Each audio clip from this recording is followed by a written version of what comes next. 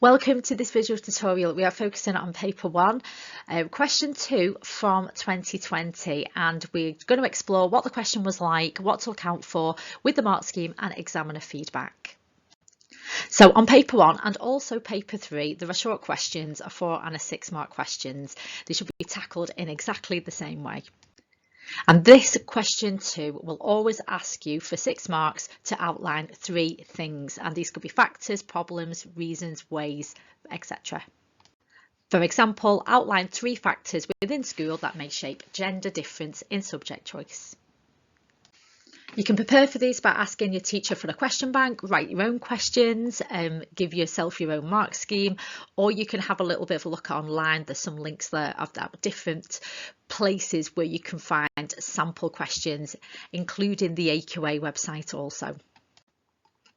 Your answers should be short for each point that you are asked for. 1 or 2 sentences will be enough.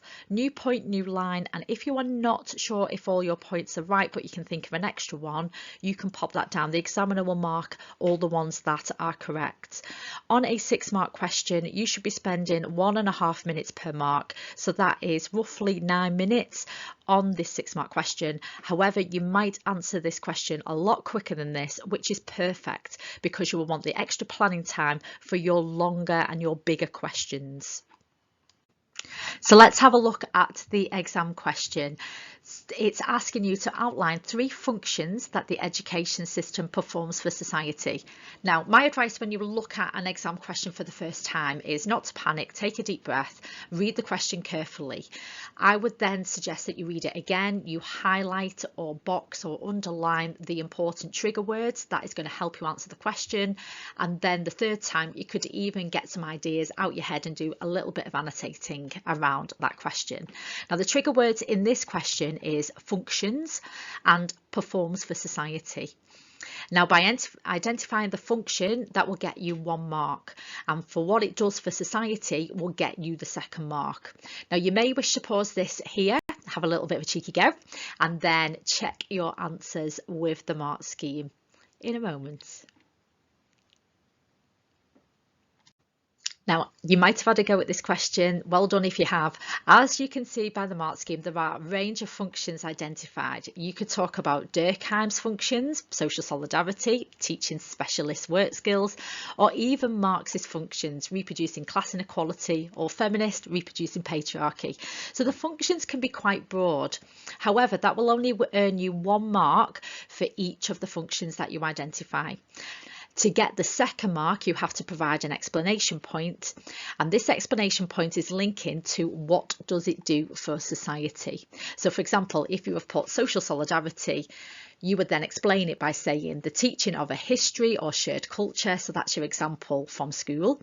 The schools help create a shared sense of identity or create a collective conscience, or something like that will get you that 2nd mark.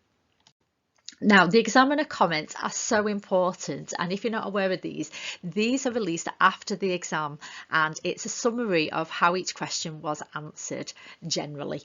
So as you can see here, most students could offer 2 or 3 functions, so it was a well answered question, this one, and they tended to come from your functionalist, your Marxist or your feminist perspectives, and students generally were able to develop this for the 2nd mark.